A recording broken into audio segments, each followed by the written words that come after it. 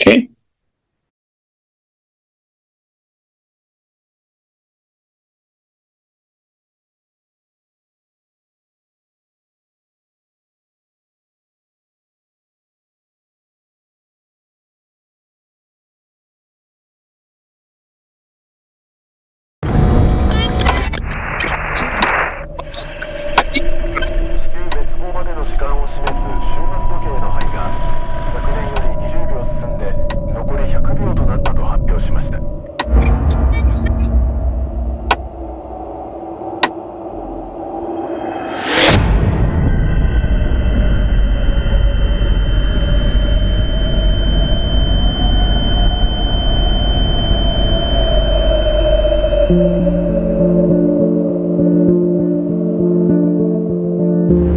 私はMikamo真治と申します。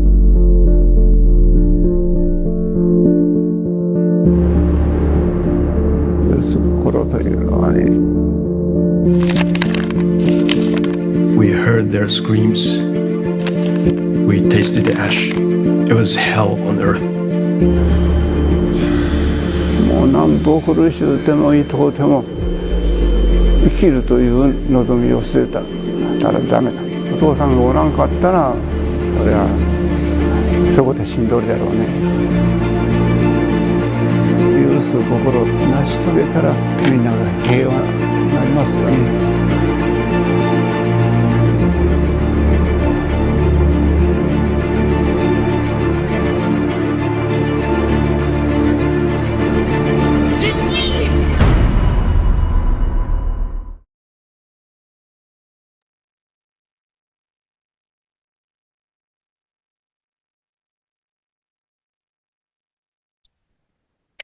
Welcome, everyone. This is Kynan Thistlethwaite with Humanity for Peace, and I welcome all of you to our live seminar. This is just coming off the heels of our August 6th Sunday rally at UN Plaza.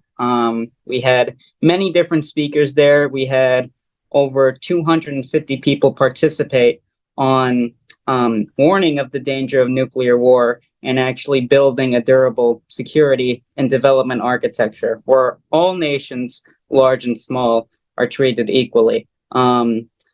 This is August 9th. This is the 78th anniversary of Nagasaki. And what you all just saw there was a trailer for a film directed by J.R. Heffelfinger, 815 Hiroshima, From Father to Daughter. And we'll be speaking about that today. We'll be speaking about the rally process and some other things. And we have some exciting guests. So I'm just going to go ahead and go straight to Dr. Akiko Mikamo. She is the executive producer of the film. She's an author, and she herself was raised by two Hiroshima survivors. She promised herself as a child to dedicate her life to world peace, and the film is based on her father's life, Shinji Mikamo. So, Dr. Mikamo, thank you for being here, and go right ahead. Thank you very much, Kynan, and thank you for having me. And it's very nice to virtually meet all of you who are attending this program and the Humanity for Peace. I think you have been doing a great work, and thank you so much. So you just saw the trailer, 815 Hiroshima, From Father to Daughter. So both my parents were in the middle of the explosion. They were about half a mile from the epicenter. My father was on top of his house roof, so he had 100% exposure to the immense heat and blast and, of course, radiation. And so if you look at some museum exhibits or pictures of the city of the 100% demolition zone, they're in the middle of it. They were in the middle of it. And you would wonder, how did they survive? And my mother was even closer. And I cannot say anything other than it must have been a miracle for both of them to survive. And later on, they met and got married and had children. And I am one of their daughters. And so I grew up in Hiroshima, surrounded by a lot of survivors, but I did not see anybody who were that proximity who had third-degree burns and severe injuries and, would have been dead, but somehow survived. That not so many people were there because in that proximity, about 99.9% of people who were outside were immediately killed or within 48 hours. So it is a really horrendous scene that they have seen. And I grew up hearing about my father's stories, but my father somehow never held the grudge against Americans as enemy or aggressor. He saw things from a broader perspective, and he told me since I was very small that it's not Americans to blame or point fingers at. It's the humanity. It's our all weakness. We all have weakness to be protective and not willing to try to understand other people's perspectives that are different in our faith, religion, belief system, culture, nationalities, political preference, that whoever is different, that we try to deny them, or we try to push away, or we try to criticize, rather than really trying to understand where they're coming from. So this film is about the actual first-person account of what they went through under the mushroom cloud. So there are a lot of discussions and a lot of documentaries, and film Oppenheimer that is a very good example. People look at the bomb from the airplane view, from above the mushroom cloud. Okay, should we have it? Should we use it for deterrence, or should we not have it? But most people look at it from above the cloud. But we created this film to show what was happening under the mushroom clouds, because there were 350,000 civilians living there in that city. And by the end of that year, the 1945, 140,000 were any the burns or injuries, died from the radiations. My father's friends, many of them died from the radiations in their 20s and 30s. So, and today is Nagasaki Day, and we cannot have this ever again. Nagasaki has to be the very last incidence of the atomic bomb use and nuclear war in our history of universe. That, I always say we are human families. Yes, we might be different in races or beliefs and many different things, but we are all humans. So it's not really like us versus them, or Japan back then versus America, or this country versus that country. It's all us. So that's what I am trying to really promote in the message. So we can all, if we all think about us as a human family, then we will make efforts, even if it's difficult, how to coexist and somehow in harmony. And if harmony is not possible, in tolerance, we have to coexist without nuclear weapons and nuclear wars. So that's why I'm here. And sorry, and the film is based on my book, and this is the book 815, A True Story of Survival and Forgiveness from Hiroshima. Dr. Mikamo, thank you very much. Ray McGovern, I will go to you. For those who don't know, he was a former CIA analyst from 1963 to 1990, currently a peace activist, and he's also the co-founder of the Veteran Intelligence Professionals for Sanity. So, Ray, go ahead.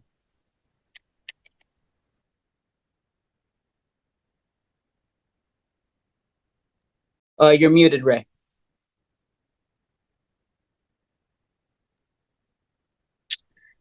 Can I be heard? Yep. Okay. It's an honor, Dr. Mikamo and JR, to be allowed to just say a few words here. From what I have learned I'm of the age where we were taught to hide under our desks in school as if that would protect us. And I also had professional experience in the negotiation of the most important treaty having to do with nuclear weapons, the Anti-Missile Treaty, the ABM Treaty of 1972. I was in Moscow when that was signed. Our job with the CIA, the analysis part of the CIA, was to verify that no one cheated and that to assure President Nixon and Kissinger that the Russians were serious this time, that if they cheated, we would catch them. They cheated, we caught them, and they tore down an extra radar. I have a personal stake in this. When I came back from Moscow in 1972, I was elated. No longer would my kids have to hide into desks.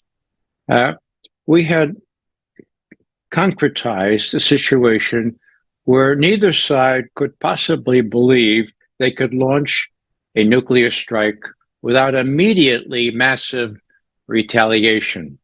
Now, that was a balance of fear, but better balance than no balance at all.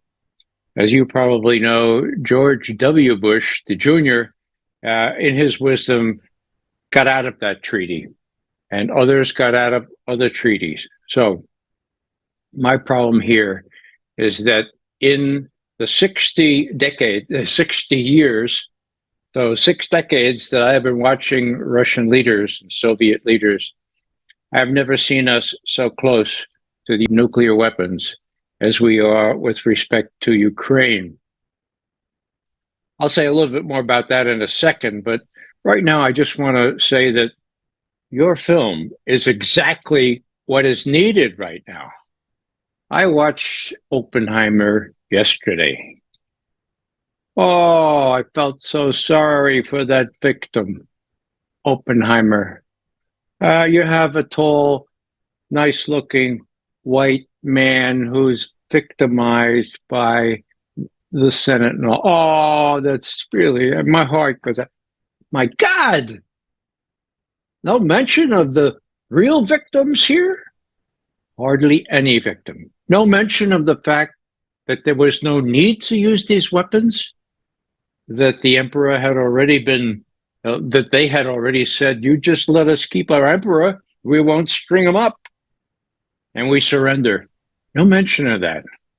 One little mention when Harry Truman and his bigoted Secretary of State, Jimmy Burns, from the great state of South Carolina, they were both bigots. And what troubles me most is that I asked the question, would we have used these nuclear or these atomic bombs at the time against people who look like us? And I think the answer to that is no. So there's racism involved here. In other words, if people are demonized, if people are marginalized, if people are not considered quite as human as we are, if they don't look like us, it's much easier to use such weaponry. Now, the Russians have said that they have nuclear weapons, and that if we chip away a part of what they consider to be Russian territory now, they will have no choice but to use them. And so famously, former president of Russia, Medvedev, said 3 days ago that you ought to pray that we don't lose. Because if we lose, if you infringe on our territory, we will be obligated to use nuclear weapons. Now, as we have tried, we veteran intelligence professionals for sanity, as we have tried to tell President Biden, look, you can't have it both ways.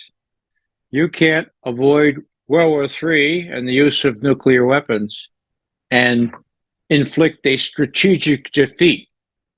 Or in the words of our defense minister or Secretary of Defense, we will move heaven and earth to weaken Russia. That's not going to work. So What we need to do is alert Americans not to feel sorry for Robert Oppenheimer.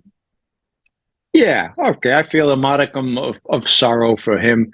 He was a victim, and I feel sorry for him. But for God's sake, show what you all show in this picture. Find some way to tack that on. Get it out into American consciousness that we were not human in doing what we did, and the humanity, to preserve itself, needs to rein in and hopefully eventually destroy such demonic weaponry. That's all I have to say. I do want to say thanks again for this wonderful, wonderful film, a wonderful book, and what a story of courage and love, of forgiveness, which is a word we don't hear much about in the United States these days. Thanks again. Thank you so much. Thank you, Ray. I'm gonna go ahead and pass it on to my co-moderator, Jose Vega. Hey, hi everyone. I have the pleasure of introducing our next speaker, which will be the director of the film for the trailer that we saw, J.R. Heffelfinger. He also has a production company, Runaway Horses. Kynan and I had the pleasure of interviewing Mr. Heffelfinger on our show, declaring independence just a day before our Sunday rally. And man, what a joy it has been to come across you. And so I'm going to pass this on to you. You can, what I want to know is what made you get involved with the project, and what was it like tackling this story and turning it into a film? And if you'd like to respond to anything you've heard so far, then please feel free to do so. Oh, thank you, Jose. And the feeling is mutual. Having met you and Kynan just a few days ago it's been really awesome, and being invited to speak on Sunday was really meaningful to me. And also Mr. McGovern, it's an honor to meet you, and thank you so much for your words and your thoughts about our film. And I certainly agree with your sentiment about Oppenheimer being this, yes, it's a complicated story, but misses the opportunity greatly.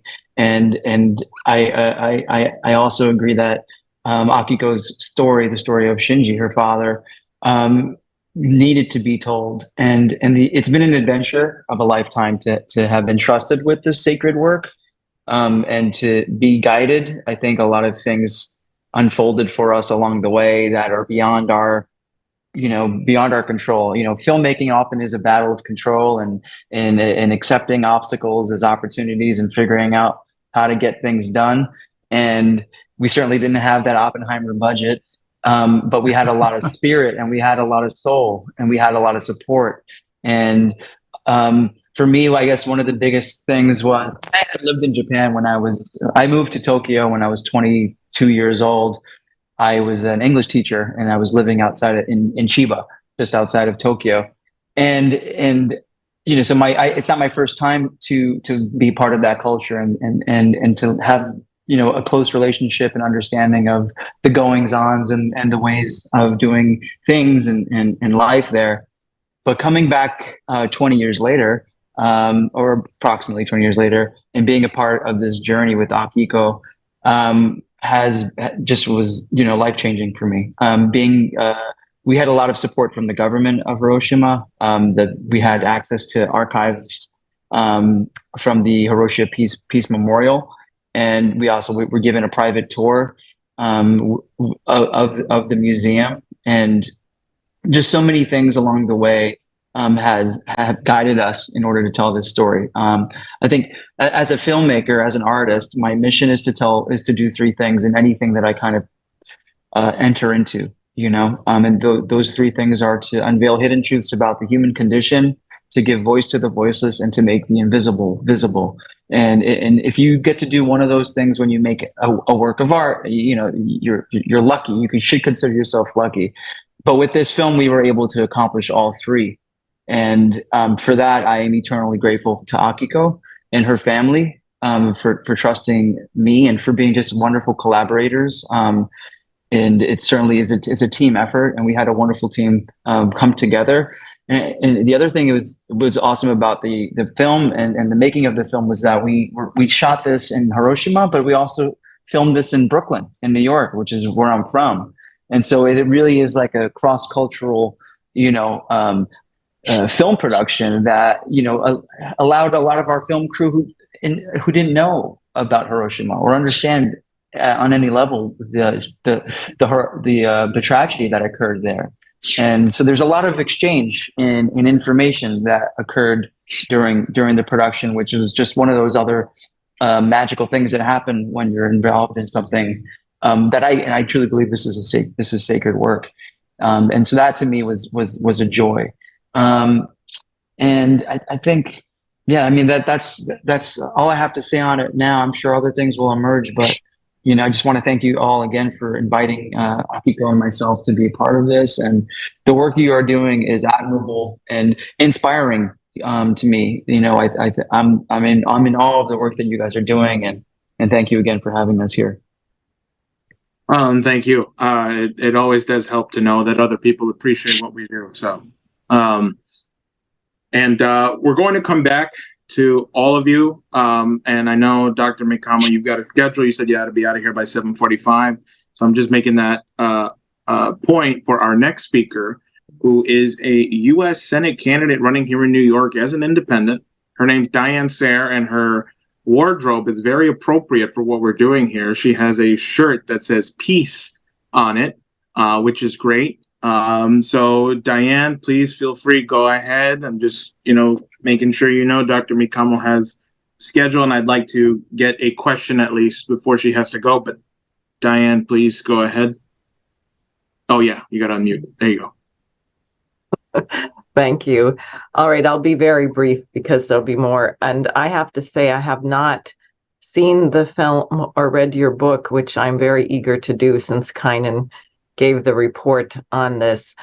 When I was a child, I'll just say I grew up in a Quaker household, and I grew up in a house that was built in the 1880s or 1890s in Maine. And my father was used to sleeping over a barn, so we didn't have heat upstairs, and I'll get to the point, or he wouldn't let us turn on the heat upstairs.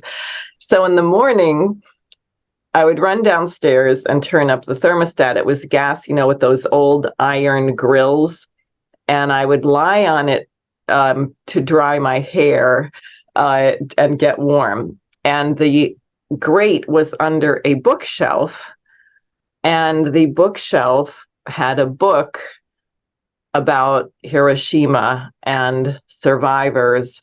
And so I must have been 8 or 9 or 10 years old when I was reading various accounts from people about what happened, about seeing people with their skin falling off and just the horrible images of it. And no one ever really discussed it. I mean, there was no setting, whether it was school or even Quaker meeting or where people wanted to talk about what happened. It just kind of stayed with me as a memory and a reason why we could never do this again, and kind of an unanswered question, which is why would anybody ever do that to someone? Years later, as an organizer with LaRouche, I happened to be in touch with the chaplain, a priest who's now quite long since deceased, but he had been the chaplain for the pilots who flew those planes. And again, just intense emotions that are somewhat associated with this. And I think we really do have to advance mankind. Friedrich Schiller wrote a paper called On the Sublime, which begins with Lessing's no man must, that man is the creature who wills, that human beings have free will, and therefore, says Schiller, nothing is more unbecoming to man than to suffer violence or to do violence. And then the paradox, which is if death, what does it mean to die? Is that of this question of turning something into your own act, choosing if that has to be your fate, as opposed to suffering the violence of someone forcing you to do something which is against your will. And he talks about being human, that unlike animals, human beings will subject themselves to enormous unnatural things, enormous pain, enormous suffering, because of a higher purpose, whether it's to save a child or some other reason that is something greater than yourself, which you see as an immortal cause. So this is actually how we should move human beings. And we have a society that seems to believe that we're a bunch of barbarians and that you move people through fear of violence, or you move people through violence. We have an entire prison system which is based on the idea of punishment and fear of punishment, as opposed to actually appealing to those qualities of humanity which are truly human and not bestial. And I think this is something that we've got to get to an entirely new phase, because we're not animals. We don't become better by being prodded with branding irons or something like that. That does not cause us to act, but that was the entire logic that was fed to people about why dropping these bombs was necessary, or why other atrocities were necessary. We have to let people know that we're willing to impose horrific violence. We're going to do it through fear. And I think that mankind is capable of self-transforming and getting beyond this as a species, and that is a really urgent mission for us. Thank you so much, Diane. We're now going to open it up for questions. I believe we already have one from the audience, but if other people do, just go ahead and raise your hand on the Zoom. Just press the reactions button, and then there's a little thing there that says raise hand, and you should be able to raise your hand. So right, exactly. Let's go to that first question we have. Yeah, that's from me. Hello, Dr. Mikamo. I want to thank you for what you've already said, but I saw portions of some of the video that was made for the promotion of the film, one of which was your father, the discussion you had, in which he's describing his idea about forgiveness. In the idea of Martin Luther King, his whole idea was this was the power of the oppressed, the power to forgive. He also talked about it as overcoming evil with our capacity to love. That's the way he talked about it. So I'd like you to say a bit about your father, because I think that's very center of your book and, of course, what's been described here. Yes. So forgiveness, it does not mean condoning the atomic bombing or forgiving the act itself to destroy people. That I'm a psychologist, so that this is a psychological concept that freeing our own self from grudges or hurt or wounds, emotional wounds, to grow and love.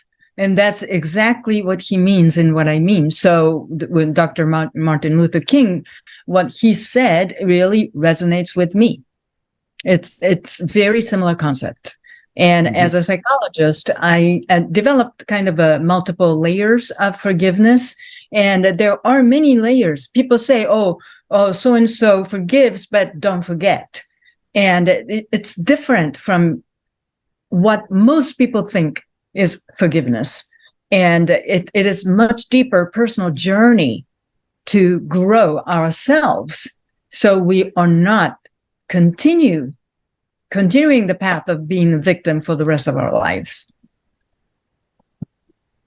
we also say oftentimes that forgiveness is freedom, essentially, and what that means is that it frees you from the bonds of the hatred and the pain that you continue to carry with you, and continue to suffer, as being a victim.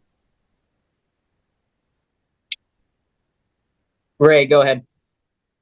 I just wanted to mention there's a story about a little boy who had his bike stolen. It was his only possession, really, and it was stolen.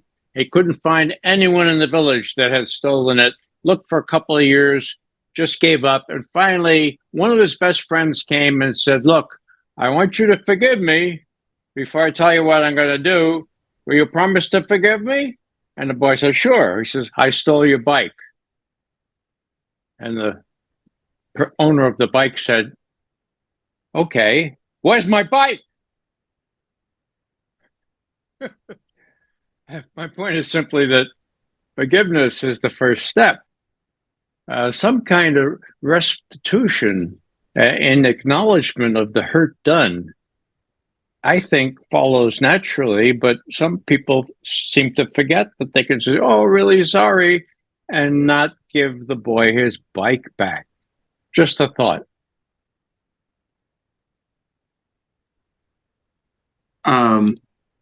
Fine, and if you don't mind, I kind of want to follow up on this theme of mercy because, Mr. Heffelfinger, you and I in our discussions, we were talking about this, about what makes something last forever, what makes art and great art last forever. I definitely want to hear your response, but also what Dr. Mikamo would say about this, which is this idea of mercy that we're talking about exists in some of the greatest of Shakespeare's plays.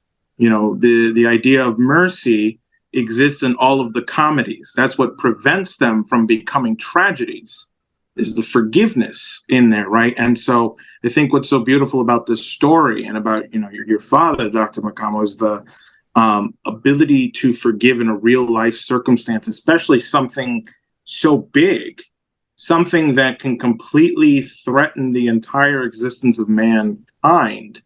And I think you really captured that now as a real world example, another real world example of forgiveness and mercy. So I actually don't know if there was a question in there, but those are just some of my reflections.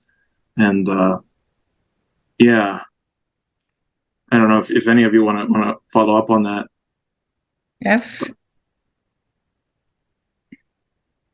Oh, there's a question. I mean, I would just quickly add. I mean, I think great art will always aspire to touch on these themes and these difficult things that we contend with on a daily basis, right?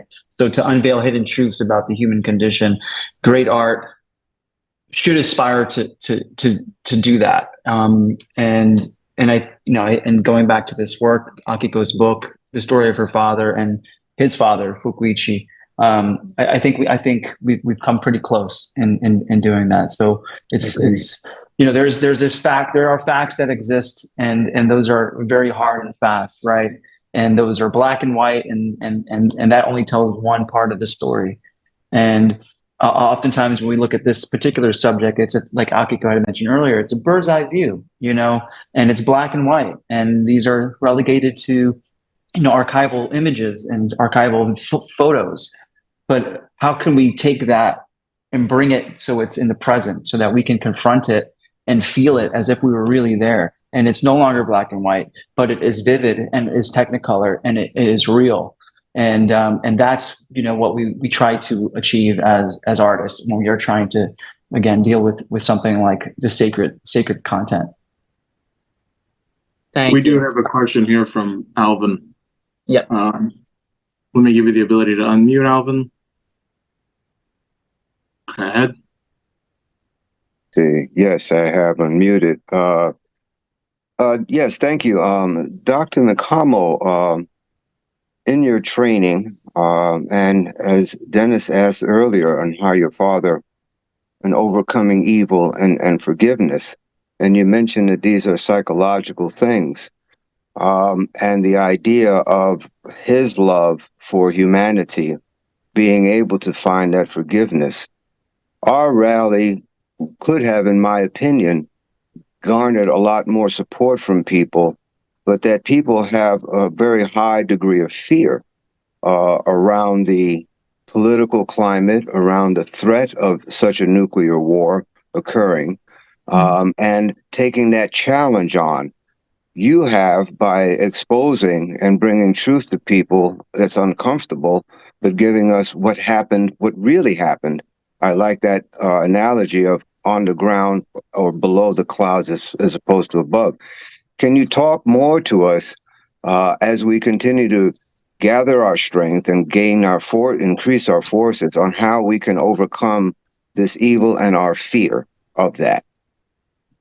Well, that's a very big topic, but as we know, nuclear anxiety, that we are afraid of what we don't really know. And we see this film or hear the survivor's story, and we don't really want to hear it because we don't want to see it as a reality. That I'm just talking about general tendency, psychological tendency of us as humans. But that this film is not just the horror of nuclear wars, but the resiliency is the part, and human love, how the Shinji's father, my grandfather, was so determined to save the son, and the son resiliently lived through the oppression by other survivors and so many difficulties and thrived. So that there is a lot of positive human components as well.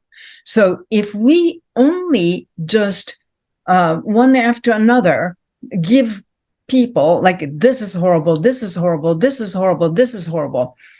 At the beginning, they might hear, okay, well, that's horrible, I'm so sorry. But after a while, people don't want to hear it.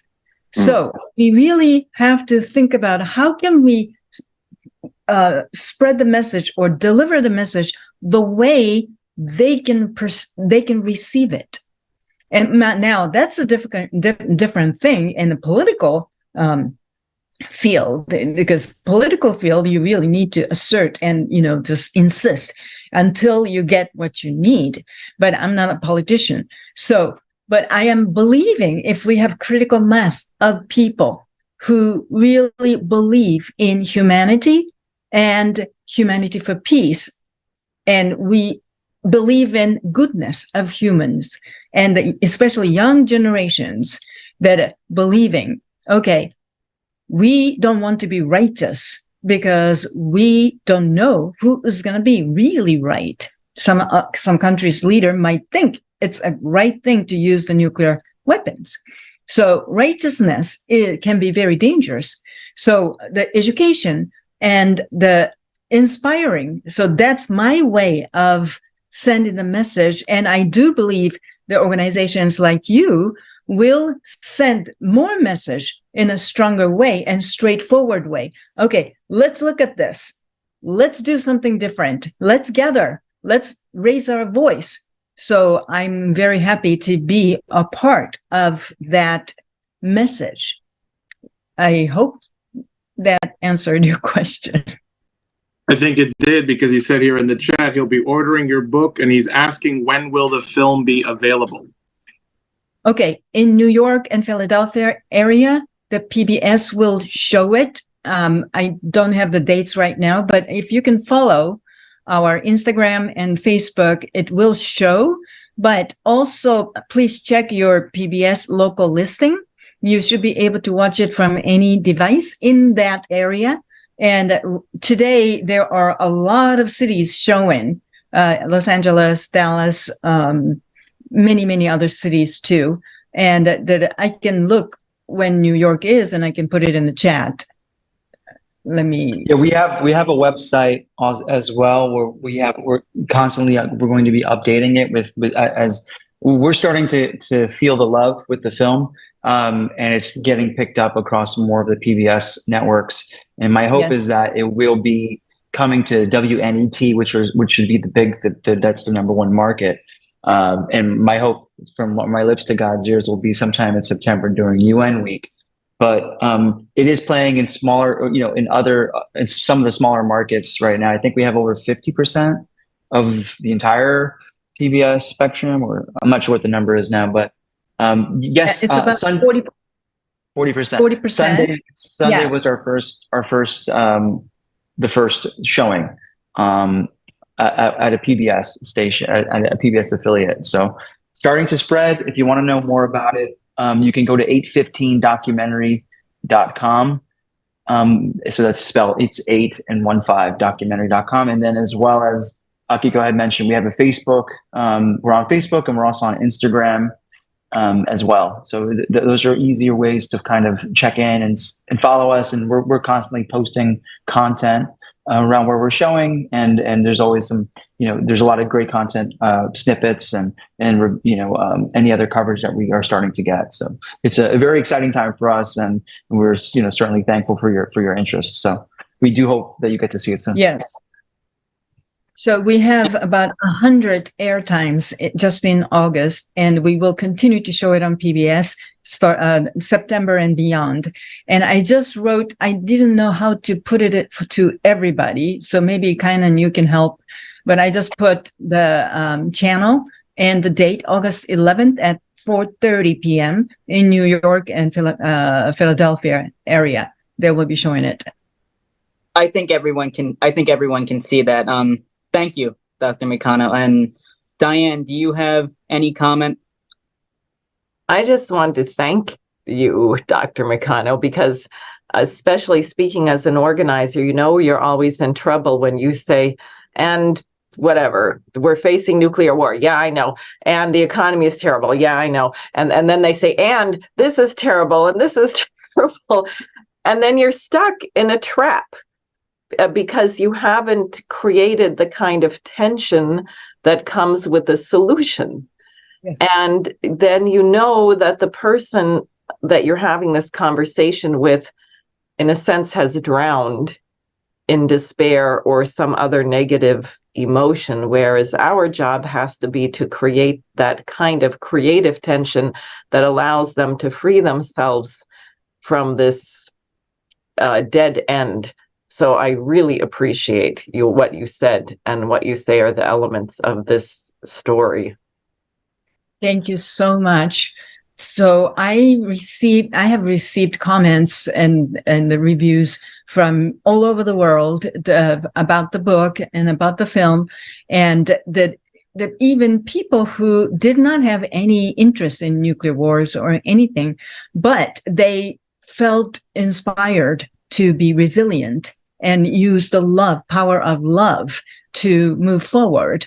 So I think it's very important to give that hope element and warmth element for people to feel encouraged and, motivated and empowered. Ray, you had something? A sort of mechanical question. A lot of my friends in the justice community are handing out flyers outside of the Oppenheimer movies. More information? This is what's really going on. I'm wondering if there would be some way that flyers could be created with respect to when your film is being showed on PBS and elsewhere. I know a lot of friends, and you all know them too, Tynan and Jose. They'll be happy to have this kind of thing, saying, look, this is the rest of the story. You only saw half of it about one guy who was really a victim. Mm-hmm. Well, guess what? There were 350,000 victims, or whatever the number is. Mm-hmm. So, and there's good news in this thing. So, what I'm saying is simply, there's got to be a way to advertise your showings in a very tangible way by meeting people outside of Oppenheimer and in other fora. I think that's actually a great idea. Oh, go ahead. Thank you. I know. I agree. I mean, after I walked out of I didn't walk out of Oppenheimer. I sat through the whole thing, but I didn't kind of want to. But I walked out of, when I left Oppenheimer. Like, the first thing out of my mind was like, man, I really should just plaster the bathroom walls with like 815 posters, So I love that. I love that there certainly is an opportunity to share and let it be known that this is another side of the story that certainly gets it certainly gets no attention in that film. And I think it is vital that people, since their minds are open to what they just witnessed and are privy to new information about the bomb, you're absolutely right, Ray. This would be a wonderful time to kind of dovetail into spreading the message about our film. So we'll have to, circle back. Maybe kind of know some folks and we can figure out how to do that. Yeah, Dr. Mikamo, I know, you got to get going soon, so I want to ask you this before you get going. Would it be possible for us to organize like a virtual screening or even in person, but a virtual screening with yourself and Mr. Heffelfinger here, like we could do a post Q&A after the screening and stuff. I'm sure Humanity for Peace, myself and other organizations would be happy to help organize not just a general audience, but definitely students. I think high school students would definitely benefit from watching this film. Is that a possibility that we could organize? Yes, definitely. That, we have to talk about logistics and everything, but that we're always open for collaborating with the organizations such as yours. And my father's wish was to send the message to younger generations. That's what his dying wish. So it is very important for us to be able to do that. So let's discuss the possibility. We are possibly thinking about having another screening at a theater in New York City in the fall, possibly during the UN General Assembly week or TPNW discussion in November. So September and November, we're kind of exploring. And so then there are other ways to do different screening. So let's continue the discussion. Maybe you should do both, but yeah. Okay. As Diane said, do both. Oh yeah, I got to give Diane the ability to unmute herself. Excuse me. But we have a question here from Lynn Speed. Lynn, go ahead. You have the ability to unmute yourself. Okay. Good. You can hear me all right. Okay. Yep. That's a great idea. We've done a couple things like that, virtual screenings and Q&A, and we would be very, very happy on behalf of Humanity for Peace and Schiller Institute to assist with that. I wanted to just speak and ask you both a question about the power of classical art, which is intimately connected to this question of love. We had a very, very interesting response. We did culminating the series of rallies and other events that we had around the world. We did the classical concert where we had both Mozart's Requiem with 100+ voice chorus, and we had various art songs and African American spirituals and lieder and so on, all on the theme of peace. And I think it had a transformative effect. I mean, not just the concert itself, but the process leading into that, where the entire chorus was volunteer. 4 weeks ago, we had 0. And 4 weeks later, we had 100+ people very, very happy to volunteer their talent and time for that effort. And then similarly, I've used the example of a particularly young man. He was about 19. He was totally enraged. He was at the rally arguing that America was founded by slavers and imperialists and so forth and so on. And they came to the concert, and I thought he actually might be disruptive. But during the process of the concert, you could see a complete change in his demeanor, and the rage basically melted away with the power of the music. And I think this idea of and I think this is part of what your film is doing, but also just this conception. This is what we have to get across. And you realize in seeing something like this young man is that part of it is that people are not exposed to it. So if you introduce this element of beauty, of truth, of classical art, you can get a transformative effect very quickly. And I think we have to do much more than that. So I know JR is actually a musician, and Dr. Mikamo, you probably have some comments on this as well. I'd like to hear them.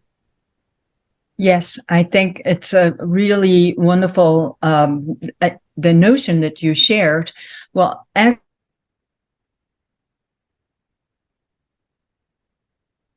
Uh-oh.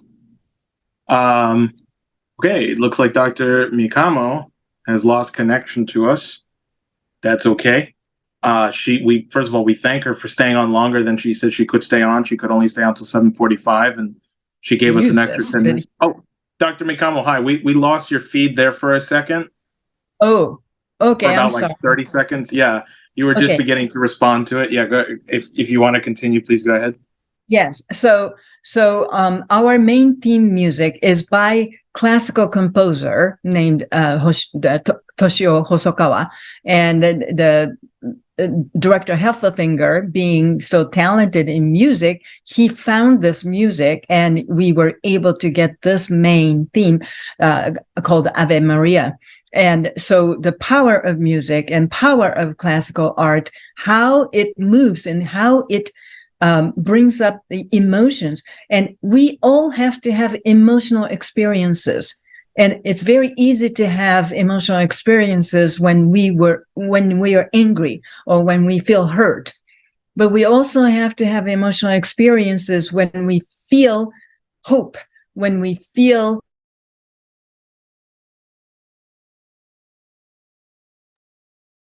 Uh-oh. Happened again. Okay, hopefully when we get her back, I'll thank her, and she can finish her thoughts, and then I'll thank her, and then we can get her off. Let's give it 10 seconds to see if her signal comes back to us.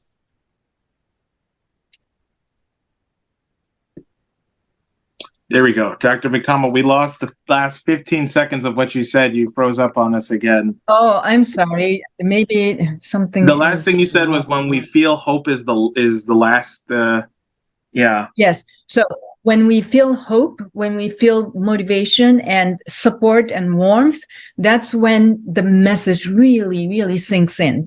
So that to have that experience, I think it's a good idea to have fine arts and music and the film somehow tied in together, and maybe have a series of events, or maybe, at the same time, or I don't know exactly how, but I think art is very, very important piece. Dr. Mikamo, thank you so much. Oh yeah, go ahead, Kaina. Yeah, Dr. Mikamo, I know you're about up on time. Is that right? Or can you stay for a little longer? Yeah, it's okay. I can stay a little bit longer. Okay. Whenever you need to get off, you can go ahead and do that. But does anyone else on the panel have any responses to Lynn's question? Or what Mikano said? Dr. Mikano said. Yeah, it's Mikamo. Mikamo, sorry. If I may say something, what you're saying about people learning when they have a positive emotion from beauty is so much the opposite. I don't know if you've heard of this thing. It was defeated in New York, but they have other things called Common Core curriculum, where they said that we have to cause trauma in children to engage them in reading. So we're going to have books with the most violent topics and sexual topics, and I mean things that are very disturbing for children, and that this is the way they're going to learn how to read. It's like the clickbait that you have from the New York Post or something. Watch this video of somebody, I'm not even going to say, doing some horrible thing. Could you say more about that? Because it really is a great relief. It would seem that human minds should work that way, but it's not, again, what they're pushing on us. Well, I think there are a lot of marketing strategies like shock effects, and people, horror movies or disturbing images that can be stimulating with this abundance of information, but I still believe shocking stimulations may traumatize or may be etched in the brain, but I don't think it will produce and create the advancement of humanity. So, like, if somebody is afraid of something, they might learn to avoid it as much as possible, but there's no growth in it. So I was an educator, and I also taught educational psychology for a number of years in graduate schools too. And but the best way to learn is to have positive experience and learn how to deal with difficult experiences.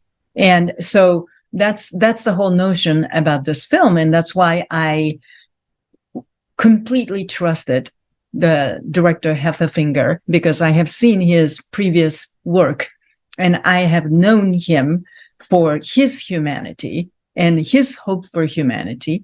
So that's what we did. And that's very important in education and community.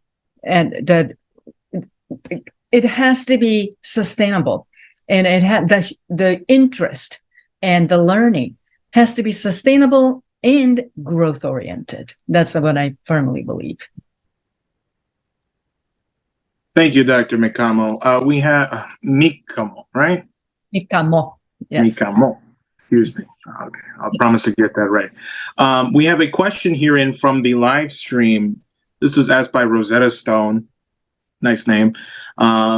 They ask, Schiller viewed the role of art drama is to ennoble the human spirit. What would be the best, quote, outcome of the response to your movie? Recognition, abolishment of all nuclear weapons, or what? And I think this is being posed to, the people who are involved in the movie, but I'll also extend it to Ray and to Diane too. Okay, for me, abolishment of nuclear weapons will be a very important goal, but as a filmmaker and author and psychologist, that I don't know if I can attain that in my hands or my team's hands. But the humanity-wise, that to educate most people, so the most people believing the nuclear weapons are not necessary and evil, and we can believe we can learn ways for conflict resolutions or to tolerate one another without violence. And that notion being very prevalent as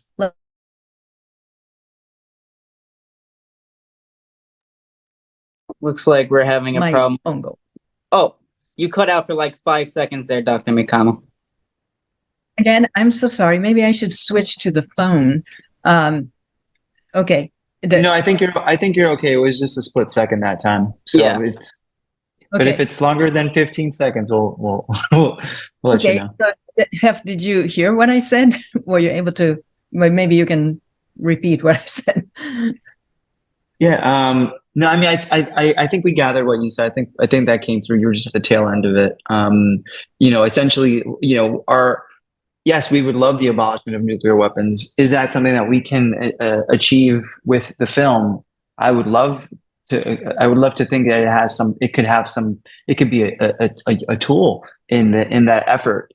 It won't be the single thing. It's like, we're not going to show this to the General Council at the United Nations. Everyone's gonna be like, oh my God, like, what are we doing? Let's get rid of nuclear. I wish that were the case, but I think it's a battle. And I think, this goes back to the Horace Mann quote that I referenced the other day at my speech at the Humanity for Peace rally, which is to be ashamed to die until winning some victory for humanity.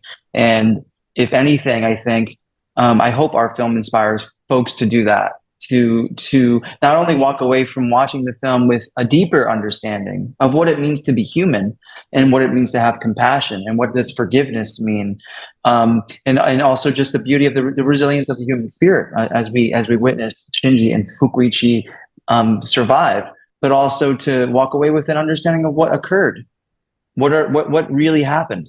And it certainly wasn't achieved with Oppenheimer, and it certainly, it's a difficult pill to swallow, and it's hard, and folks don't want to watch this. So I'm getting some feedback, but I hope our film ultimately is in service of humanity, and for that, I think we should all strive to do whatever we can do, in whatever form it may look like, and that could be in your daily existence, to just be a little bit more loving, a little bit, have some more integrity in the things that you do, in the decisions you make, and to choose to move through and navigate this world with a heart that is open, and with a little bit more kindness. Ultimately, I mean, I really don't think it's that difficult. So if we can all do that on some small level, even if it's just for one moment of the day, a little bit every day goes a long way. And if we can all get there, then we can achieve something truly transformative as a species, and be able to do something that will ultimately prevent us from destroying and killing ourselves. Thank you. Dennis, you have something else? Yes. Thank you. Yeah. I just wanted to get a response from all of you, and particularly Dr. Mikamo, to something. This is from Dr. King. There's a book called Strength to Love. Some people have seen it before. It's a set of sermons that he gave. So this is a sermon he's giving, and it's on a particular theme. And the theme was taken from Paul, the Epistle to the Romans. Be not conformed to this world, but be ye transformed by the renewing of your mind. So then he does a commentary on this. And he says, do not conform is difficult advice in a generation when crowd pressures have unconsciously conditioned our minds and feet to move to the rhythmic drumbeat of the status quo. Many voices and forces urge us to choose the path of least resistance and bid us never to fight for an unpopular cause and never to be found in a pathetic minority of 2 or 3. In spite of this prevailing tendency to conform, we as Christians have a mandate to be nonconformists. Every true Christian is a citizen of 2 worlds, the world of time and the world of eternity. The Apostle Paul, who knew the inner realities of the Christian faith, counseled, be not conformed to this world, but be ye transformed by the renewing of our minds. We are called to be people of conviction, not conformity, of moral nobility, not social respectability. We are commanded to live differently and according to a higher loyalty. And I just think the idea of what he calls the strength to love is an interesting thing. And I think it's very, because this is an unpopular cause, saying that nuclear weapons, that the dropping of the bombs on Hiroshima and Nagasaki was a criminal act, is seen as being a political statement. I don't think it's a political statement. I think it's a straightforward statement. I think the devastation shows it. And I think the idea that this should never again occur is clear. So I just wanted to see if Doctor, you had a comment, or whether Jonathan had a comment, or Ray McGovern has a comment.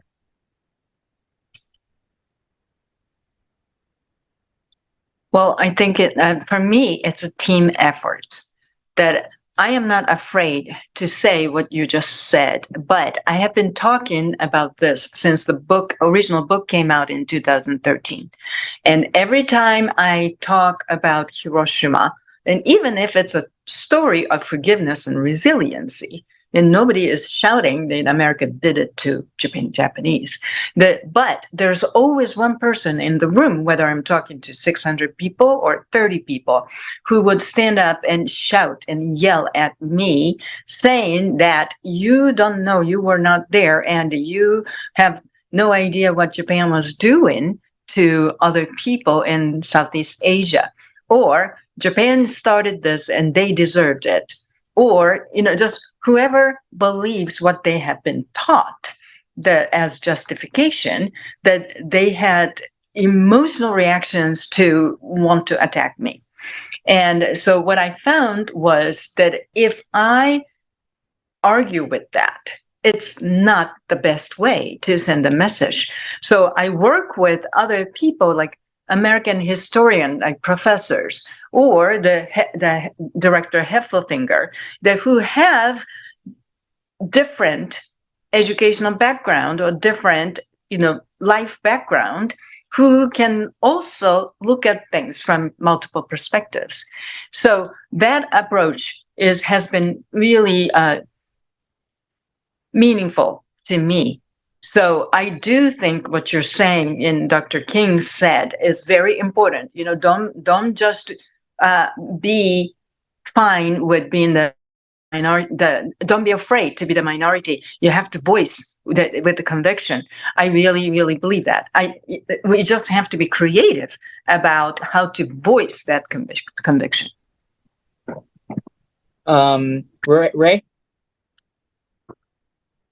I agree. You mentioned Dr. King, and there's one portion of the letter from the Birmingham City Jail that I think speaks to the need for education first and foremost, and speaks directly to the negative things being exposed. Let me see if I can remember it. He talks about, he compares the search for justice to a boil. He says, like a boil that can never be healed unless it is opened up with all its pus-flowing ugliness to the natural medicines of air and light, so too injustice can never be cured. Can never be cured unless it is exposed to the light of national opinion and the air of human conscience, so that it can be healed. Now, we're working at national opinion, human conscience first and foremost, but we have to open the boil, the pus-flowing boil that has to come out. Pardon these were Martin Luther King's words. They've been cleaned up a little bit in some of the books. So I guess what I'm thinking here is that what Dr. Mikamo has said is really the basis of it. We have to do it with compassion. We have to do it with forgiveness, but we have to expose the pus-flowing boil to the natural medicines of air and light before the boil can be cured. That's all I wanted to say on that. Thanks. Thank you. Jonathan? I think you guys have already said it. I don't have much more to add to that. I mean, I think I love this analogy of, I love that you brought up Martin Luther King's letter from a Birmingham jail, and I think that's just what this requires. And it goes back to another theme of what we were talking about, whether or not it's how do we create art that can touch on these things without turning people away and turning people off or losing their attention. And it's an art and it's a craft and it's not always easy and you don't always succeed, but it requires the good work to be done. And so, yeah. Yeah. Dr. Mikano, before you go, Mikamo, sorry, I keep getting it wrong. I just want to push your book before you get going. So could you just say the title of it and where people can buy it? Yes. So the title is 815, True Story of Forgiveness. I'm sorry, a true story of survival and forgiveness from Hiroshima by Mikamo. And it's available on Amazon for hardcover, paperback, and Kindle. So please take a look. I have heard from many people that it was rather easy to read in terms of the language itself, but kind of a page turner. A lot of people just read it in one night. It is a page turner. I read it in one night, and about 2 weeks later, we were on a plane to Hiroshima to like do some location scouts and all that. So it was pretty whirlwind. But yeah, it's a brilliant book, and there's a lot of other parts of the story that we weren't unable to fit into our film.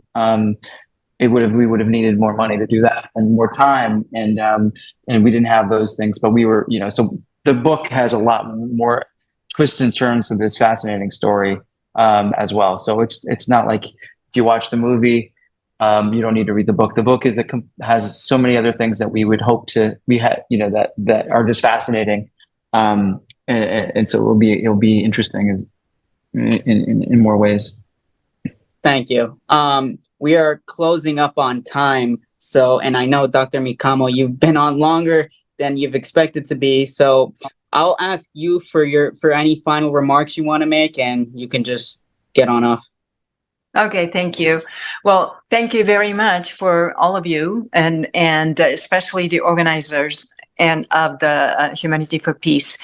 And thank you very much for inviting and giving us opportunity to talk about our film and the book and the message from my father and from us. I really hope many of you will have a chance to watch it, whether it's on PBS or the screening opportunities. We will have more screenings, and we will have eventually a platform as well at some point. So, and please talk about it, and please share your reflections on social media with your friends, with your family. I think a major change could happen from small ripples. That's what I believe in. And I think you guys are right in the middle of it. Thank you.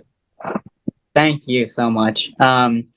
Diane, I'll go to you next. I'll ask you if you had any response to what Dennis was saying, and if for any other final remarks. Just, I'd like to say I think we are potentially on the cusp of such a change. And I think the people who love beauty and who have faith in the goodness of human beings have a major role to play in this, because we are in an incredible moment of instability, and it's not going to last. And in a moment like that, the tiniest push, the tiniest impulse can determine whether the future goes one way or another. So I would just urge everybody who's been listening to think of that. Don't presume that anything you do or say is wasted breath. And that's also a good warning for all of us, that we should think before we speak and act. Great. Ray?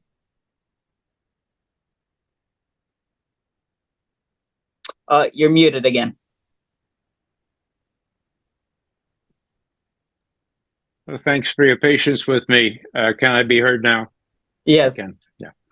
Well, I'm just in awe of Dr. Mikamo and JR's artistry, the truth, and how it comes through so well in the film. Now, I have to confess, I was given a little bootleg copy of the film, and I find it to be extraordinary. Okay. No, Akiko, don't take concern. I shared a private link because I knew it was right. So it wasn't a bootleg copy. It was from me. Don't scare us like that. Yeah, Sorry I'm glad that you were able to watch it. Yeah. Well, let me make my point here, and that is simply that the book, I'm really interested in looking at the book. I'm reminded of that old story about these two goats in a Hollywood park, and they're rummaging around there, and one of them turns up an old can of film and starts munching on the film. The other goes, "How'd you enjoy the film?" I said, "Well, I like the book a lot better." Now, I'm sure that those of us who get the book will even be more impressed than the film. Not that the film has anything wrong with it, but the books are always more comprehensive, have a lot more in it. And maybe there'll be a sequel to your film, JR. I hope there will be. But in any case, thanks for letting me join this august group. And I just wish you the best of luck in your endeavors. Thank you so much.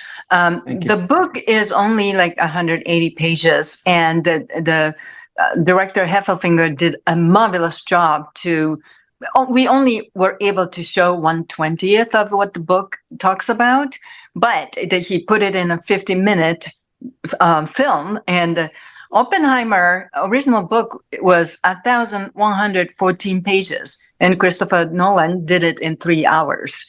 But I think that I have to say the director Heffelfinger did a marvelous job. Thank you. Jonathan, any final remarks? Yeah, sure. Yeah, absolutely. I mean, and again, just to echo what has been said here, I love this. Like, this is what it's all about, and like these are our little acts of victory that we can do. So, I mean, thank you so much for hosting this. Thank you so much for having us here. I spent some time obviously preparing my speech that I gave on Sunday, and I loved something that I had written. So I think I would go back to that because on Sunday I began my speech by playing Auld Lang Syne, which is a performance that we often is shared at the dawn of a new beginning, right? And there's another meaning behind it in the sense that we're 90 seconds to midnight. So it's significant on multiple layers. And as a storyteller, we want to tell a story. And so I opened my speech with Auld Lang Syne. And as we reflect on the anniversary of Hiroshima and Nagasaki, let us remember that our world stands on the precipice. And though the hands of time move closer to midnight, we are reminded that our shared destiny is in our hands. And I think that to me is a message I'd like to convey. And then the other thought here was that the Horace Mann quote about being ashamed to die before dying until you win some victory for humanity, that is my North Star. And if there's a quote that you can walk away from this meeting today and carry with you in the back of your mind, that's one that I think can serve you beautifully as you move forward in life, as we continue to fight the good fight. And so with that, these words urge us to carry the torch of progress, to strive for a better world where the horrors of Hiroshima and Nagasaki are not repeated, where justice, compassion, and peace are cherished and celebrated. And those are my closing remarks. Dr. Mikamo, Diane, Ray, Mr. Heffelfinger, just want to thank all of you for being on.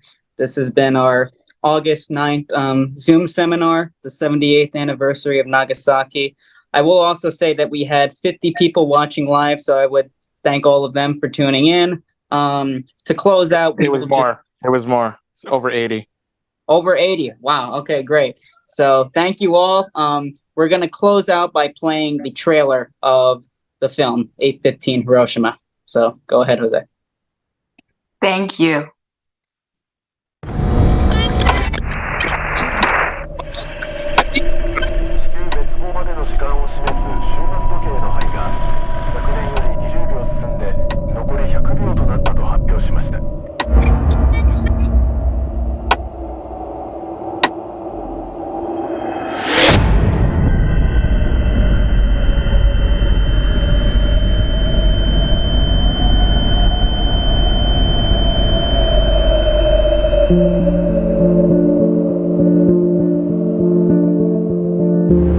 私は三鴨真嗣と申します。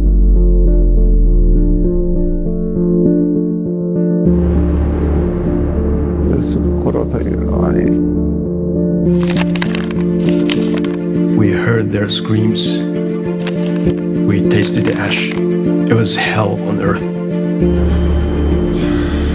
もう何歩苦しゅうてもいとうても生きるという望みを捨てたらダメだ。お父さんがおらんかったら俺はそこで死んどるだろうね。許す心を成し遂げたらみんなが平和になりますよね。